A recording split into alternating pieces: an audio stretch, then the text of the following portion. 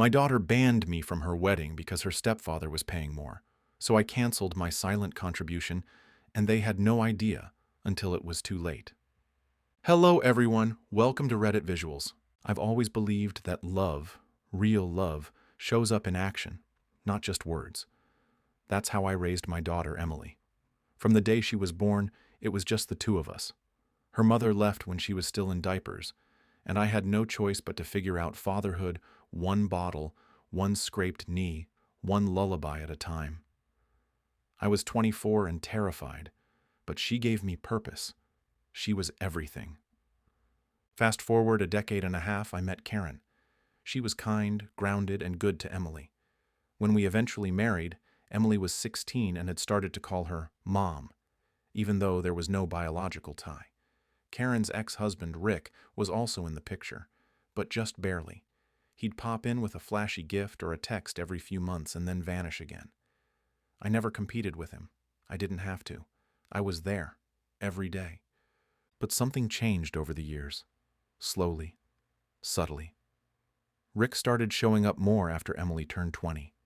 He had a high-paying job in finance and liked to make his presence known with big gestures. Front-row concert tickets, surprise trips, shopping sprees. I couldn't match that.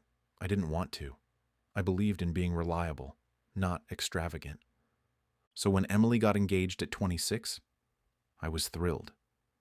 I hugged her fiancé, offered to help with planning, and even handed over a signed blank check to Karen.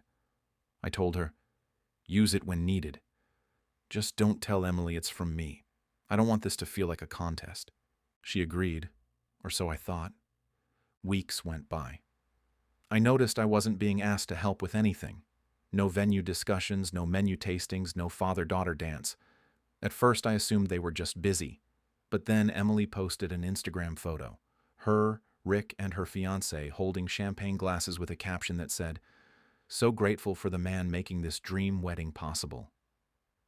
Rick. I stared at that post for longer than I care to admit. Not a single mention of me. The man who raised her, who packed her school lunches, who taught her how to ride a bike, wasn't even in the picture, literally. I didn't bring it up. I told myself, it's just a post. Don't make it about you. But then I got the wedding invitation. Or rather, I didn't. Karen handed it to me in the kitchen. No envelope, no smile, just a white card. My name wasn't on it. Emily thought maybe it would be simpler if you didn't attend the ceremony, she said, her voice low. I blinked. What? She doesn't want tension. She said Rick's been really involved, and she doesn't want you two in the same space. I laughed, not because it was funny, but because it was unbelievable. I said, I changed her diapers. I raised her alone for 10 years, and now I'm a liability? Karen just shrugged like it wasn't her call. And maybe it wasn't. Maybe it was Emily's. But at that moment, I realized something. I was being erased, rewritten out of her story, replaced. So I nodded, quietly, didn't argue, didn't raise my voice. And 2 hours later, I picked up the phone. That silent contribution I made, the check I signed for the venue, the florist, the string quartet she wanted for the aisle walk, the down payment on the dress, all under Karen's name, all traceable, all cancelable. I didn't do it out of spite. I did it because I realized I was paying to be excluded. The dominoes fell one by one. The dress shop called Karen to confirm the cancellation. The venue followed up to say the deposit had been pulled. The florist sent an email saying they'd be refunding the card on file. Karen was panicking. Emily still hadn't called me. 3 days before the wedding, I got a message from her, just a single line. What the hell did you do? I didn't respond. 2 hours later, she called me, screaming, crying, accusing me of ruining her big day. She said Rick was furious, that everything was falling apart. I waited until she finished. Then I said, you didn't want me there, Emily.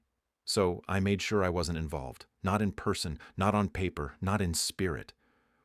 You sabotaged me, she shouted. No, I said. I stepped out of a story I was never meant to be in. The father figure you chose for your wedding, he can foot the bill now. You made your decision, and so did I. She hung up. Karen moved out 2 weeks later, said I was petty, that I humiliated the family. But truthfully, I think she was just upset the mask came off. It's been 3 months. Emily and I haven't spoken since. I hear from mutual friends that the wedding ended up being a rushed backyard affair. Rick apparently bailed on some of the remaining costs, saying he didn't agree to all the extras. Figures. Last week, I got a letter in the mail, handwritten.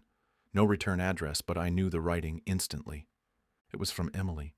She said she was sorry, that she didn't realize how much I'd done, that she thought Rick stepping up meant she could finally have the kind of dad-daughter moment she always fantasized about, that she didn't realize until it all came crashing down who had really built that foundation she stood on. She didn't ask for forgiveness. She just wanted me to know she understood now. I haven't written back. Not because I'm angry. I'm not. I'm tired. Tired of being the invisible backbone of everyone else's happiness. But maybe one day I will. Maybe when she's ready to rebuild, not just reach out. Maybe when love looks like effort, not expectation. For now, I keep that letter in my drawer. A reminder that love doesn't always come wrapped in ribbons and applause. Sometimes it shows up in silence. And sometimes, silence is what finally speaks loudest.